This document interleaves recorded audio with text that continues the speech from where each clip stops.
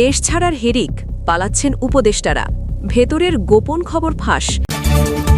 এবং সবশেষে দেখবেন আবার ক্ষমতায় আসছে জামায়াত এনসিপি, নিজেদের ফাঁদেই পড়ল বিএনপি সরকার। এতক্ষণ শুনছিলেন সংবাদ শিরোনাম, এখন থাকছে বিস্তারিত।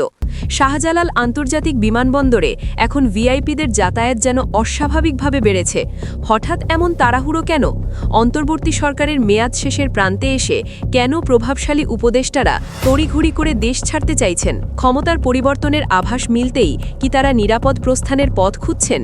যে মানুষগুলো এতদিন সংস্কার ও স্বচ্ছতার কথা বলছিলেন, তারাই কি এখন অডিট ও জবাবদিহির আশঙ্কায় অস্থির? আজকের আলোচনায় আমরা খুঁজে দেখব এই হঠাৎ প্রস্থানের নেপথ্যের কারণ, জানাবো কারা আছেন দেশত্যাগের তালিকায় এবং কেন তাদের ঘিরে তৈরি হয়েছে নতুন বিতর্ক।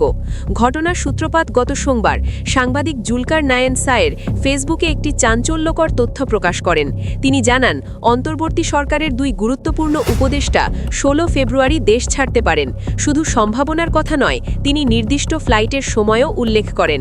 দুপুর 12:50 চায়না ইস্টার্ন এবং সন্ধে 6:45 এমিরেটস।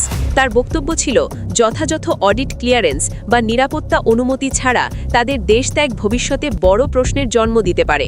এই তথ্য ছড়িয়ে পড়তেই আলোচনার কেন্দ্রবিন্দুতে আসেন ডাক, টেলিযোগাযোগ ও তথ্য প্রযুক্তি মন্ত্রণালয়ের বিশেষ সহকারী ফয়েজ আহমেদ তৈয়ব। গুঞ্জন ওঠে তিনিও নাকি দেশ ছাড়ছেন। প্রথম আলো তার সঙ্গে যোগাযোগ করলে তিনি ফোন কেটে দেন। পরে খুদে বার্তায় জানান, 9 ও 10 তারিখে তিনি অফিস থেকে বিদায় নিয়েছেন এবং আনুষ্ঠানিকভাবেও দায়িত্ব হস্তান্তর সম্পন্ন হয়েছে। তবে শুরুতে দেশত্যাগের বিষয়টি তিনি স্বীকার করেননি। পরবর্তীতে জানা যায় তিনি সত্যিই বিদেশে যাচ্ছেন। কারণ হিসেবে তুলে ধরেন ভালোবাসা দিবস উদযাপনের বিষয়টি। প্রশ্ন উঠেছে, রাষ্ট্র সংস্কারের মতো গুরুত্বপূর্ণ দায়িত্ব পালন শেষে নতুন সরকারের শপথ পর্যন্ত অপেক্ষা না করে হঠাৎ এমন প্রস্থান কতটা যৌক্তিক? সামাজিক যোগাযোগ মাধ্যমে এ নিয়ে ব্যাপক আলোচনা চলছে। আইসিটি খাতে কেনাকাটা ও প্রকল্প বাস্তবায়ন নিয়ে তার বিরুদ্ধে আগে থেকেই অস্বচ্ছতার অভিযোগ ছিল। তিনি নিজেকে নির্দোষ বললেও নির্বাচনে বিএনপির বড় জয়ের পর তার দেশত্যাগ মানুষের মনে সন্দেহ জাগিয়েছে।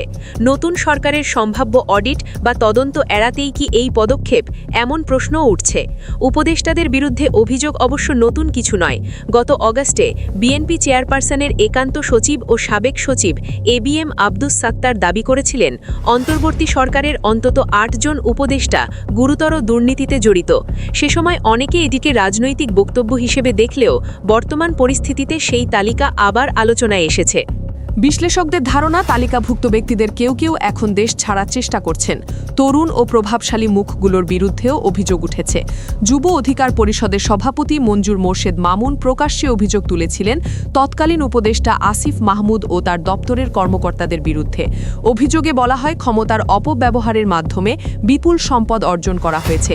টেন্ডার নিয়ন্ত্রণ ও বদলি বাণিজ্যের কথাও উঠে আসে। পরিস্থিতি এমন পর্যায়ে পৌঁছায় যে দুদক তদন্তে নামে। আসিফ মাহমুদের সাবেক এপিএস মোয়াজ্জেম হোসেনের বিরুদ্ধে অনিয়মের প্রাথমিক প্রমাণ পাওয়ার পর তার দেশত্যাগে নিষেধাজ্ঞা জারি করা হয়।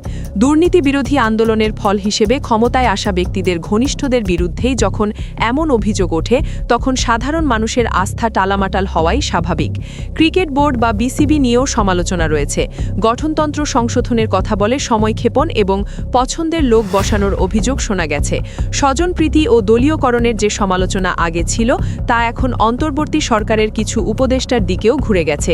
এখন প্রশ্ন, এই দ্রুত প্রস্থানের কারণ কি? বিশ্লেষকদের মতে মূল কারণ অডিটের আশঙ্কা। সরকার পরিবর্তনের সময় মন্ত্রণালয় ভিত্তিক বিস্তারিত নিরীক্ষা হয়। গত 1.5 বছরে নেওয়া প্রকল্পে কোনো আর্থিক অনিয়ম থাকলে তার দায় সংশ্লিষ্টদের উপরই বর্তাবে। ফয়েজ আহমেদ তৈয়ব ব্যক্তিগত কারণ দেখালেও অনেকের ধারণা আইনি জটিলতা ও জবাবদিহির ভয়ই বড় কারণ।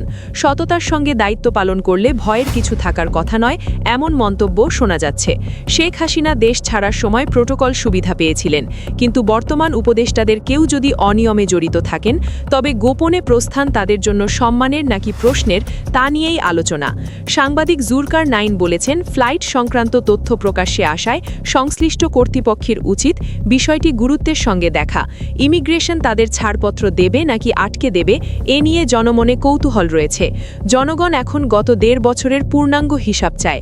সাদাপত্র প্রকাশ করে প্রকৃত চিত্র সামনে আনার দাবি উঠছে। নতুন সরকারের জন্য এটি বড় চ্যালেঞ্জ।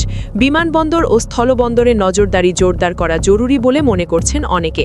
কেউ নির্দোষ হলে দেশে থেকেই তা প্রমাণ করতে পারেন, আর দোষী হলে আইনের আওতায় আনা প্রয়োজন। নইলে ভবিষ্যতে এটি নেতিবাচক দৃষ্টান্ত হয়ে থাকবে। সাবেক উপদেষ্টাদের উচিত পরিস্থিতির মুখোমুখি হওয়া। সততা থাকলে জনগণ পাশে থাকবে, কিন্তু তড়িঘড়ি করে দেশ ত্যাগ করলে সন্দেহ আরও বাড়বে। তাহলে কি আশঙ্কাটাই সত্যি হতে যাচ্ছে? রাজনৈতিক অঙ্গনে যেন হঠাৎ করেই একটি ঘন কালো মেঘ জমতে শুরু করেছে। রাজনীতির ইতিহাসে এমন কিছু মুহূর্ত আসে যখন একটি সরকার নিজেরাই নিজেদের পতনের গল্প লিখতে শুরু করে, কিন্তু তারা তা বুঝতেই পারে না। আজ বাংলাদেশের রাজনীতি ঠিক সেই জায়গায় দাঁড়িয়ে আছে। বাইরে থেকে দেখলে মনে হচ্ছে সব ঠিক আছে।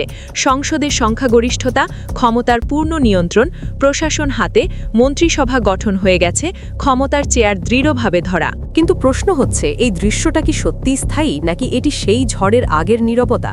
শেখ হাসিনার শেষ সময়টাও কি এমনই ছিল না? চারদিকে নিয়ন্ত্রণ, বিরোধীদের চাপে রাখা, আত্মবিশ্বাসে ভরপুর এক সরকার, কিন্তু ভেতরে ভেতরে জমে উঠছিল ক্ষোভ, অবিশ্বাস আর অদৃশ্য এক চাপ, যা এক সময় বিস্ফোরিত হয়েছিল। ইতিহাসের সবচেয়ে বড় শিক্ষা হলো, ক্ষমতা তখনই সবচেয়ে দুর্বল হয়ে পড়ে যখন সেটি নিজেকে সবচেয়ে শক্তিশালী মনে করে। আর আজ বিএনপির সাম্প্রতিক সিদ্ধান্তগুলো সেই একই অস্বস্তিকর প্রশ্ন তুলছে। নির্বাচনের আগে জুলাই সনদে স্বাক্ষর, সংস্কারের প্রতিশ্রুতি, জনগণের সামনে নতুন রাষ্ট্র ব্যবস্থার কথা বলা, আর ক্ষমতায় এসে সংবিধান সংস্কার পরিষদের শপথ বয়কট।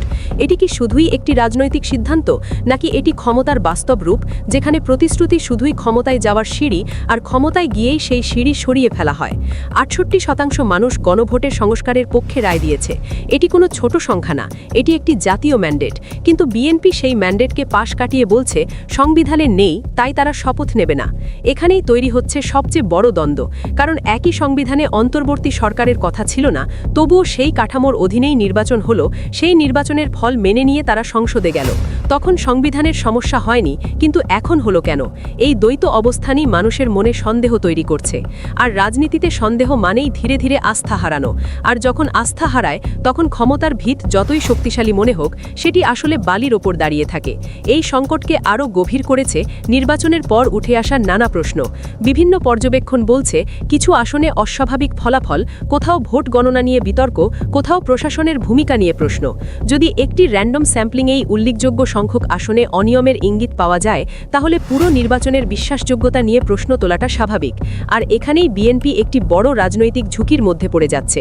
কারণ একটি সরকার শুধু সংখ্যাগরিষ্ঠতা দিয়ে টিকে থাকে না, তাকে টিকে থাকতে হয় বৈধতা, নৈতিকতা এবং জন আস্থার ওপর।